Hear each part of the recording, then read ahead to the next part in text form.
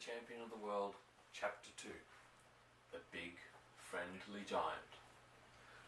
My father, without the slightest doubt, was the most marvellous and exciting father any boy ever had. Here is a picture of him. You might think, if you didn't know him well, that he was a stern and serious man. He wasn't. He was actually a wildly funny person. What made him appear so serious was the fact that he never smiled with his mouth. He did it all with his eyes. He had brilliant blue eyes, and when he thought of something funny, his eyes would flash, and if you looked carefully, you could actually see a tiny little golden spark dancing in the middle of each eye. But the mouth never moved. I was glad my father was an eye smiler. It meant he never gave me a fake smile, because it's impossible to make your eyes twinkle if you aren't feeling twinkly yourself. A mouth smile is different. You can fake a mouth smile any time you want, simply by moving your lips. I've also learned that a real mouth smile always has an eye smile to go with it. So watch out, I say, when someone smiles at you with his mouth, but the eyes stay the same. It's sure to be bogus. My father was not what you would call an educated man, and I doubt if he had read 20 books in his life, but he was a marvellous storyteller. He used to make up a bedtime story for me every single night, and the best ones were turned into serials and went on for many nights running. One of them, which must have gone on for at least 50 nights, was about an enormous fellow called the Big Friendly Giant, or the BFG for short. The BFG was 3 times as tall as the ordinary man, and his hands were as big as wheelbarrows. He lived in a vast underground cavern, not far from our filling station, and he only came out into the open when it was dark.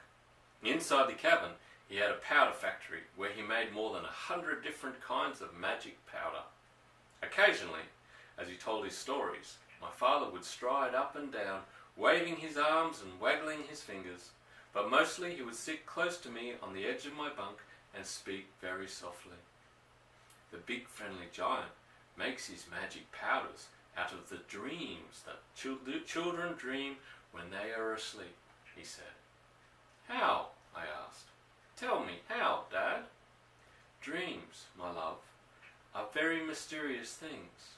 They float around in the night air like little clouds, searching for sleeping people. Can you see them? I asked. Nobody can see them. Then how does the Big Friendly Giant catch them? Ah, my father said, that is the interesting part. A dream, you see, as it goes drifting through the night air, makes a tiny little buzzing humming sound. A sound so soft and low it is impossible for ordinary people to hear it. But the BFG can hear it easily. His sense of hearing is absolutely fantastic. I loved the far intent look on my father's face when he was telling a story. His face was pale and still and distant, unconscious of everything around him. The BFG, he said, can hear the tread of a ladybird's footsteps as she walks across a leaf. He can hear the whisperings of ants as they scurry around in the soil talking to one another. He can hear the sudden shrill cry of pain a tree gives out when a woodman cuts into it with an axe. Ah yes, my darling, there is a whole world of sound around us that we cannot hear because our ears are simply not sensitive enough. What happens when he catches the dreams? I asked. He imprisons them in glass bottles and screws the tops down tight, my father said. He has thousands of these bottles in his cave. Does he catch bad dreams as well as good ones? Yes, my father said. He catches both, but he only uses the good ones in his powders. What does he do with the bad ones? He explodes them!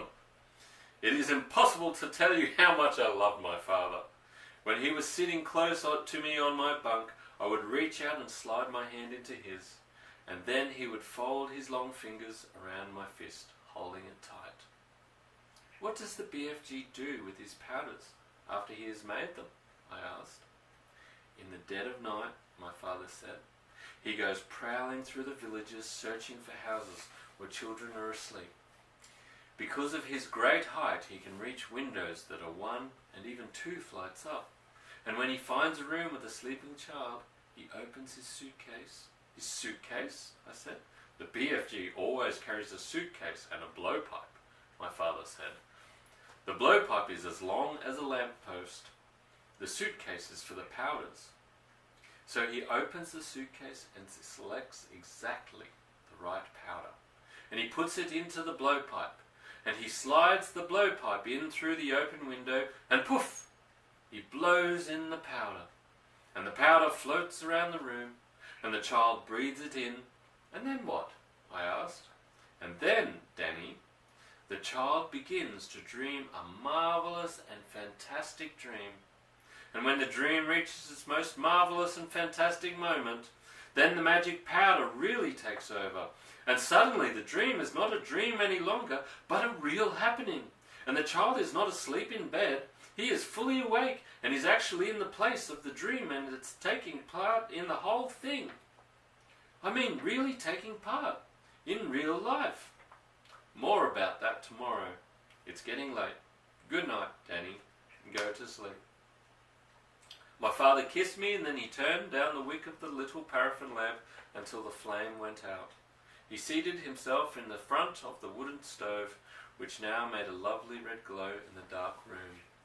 Dad, I whispered, what is it? Have you ever actually seen the big friendly giant? Once, my father said. Only once. You did? Where? I was out behind the caravan, my father said, and it was a clear moonlit night. And I happened to look up, and suddenly I saw this tremendous tall person running along the crest of the hill. He had a queer, long-striding, lolloping gait, and his black cloak was streaming out behind him like the wings of a bird.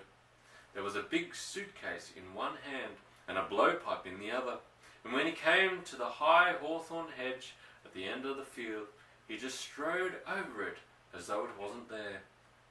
Were you frightened, Dad? No, my father said. I was thrilling to see him, and a little eerie, but I wasn't frightened. Go to sleep now. Good night. Good night. Sleep tight.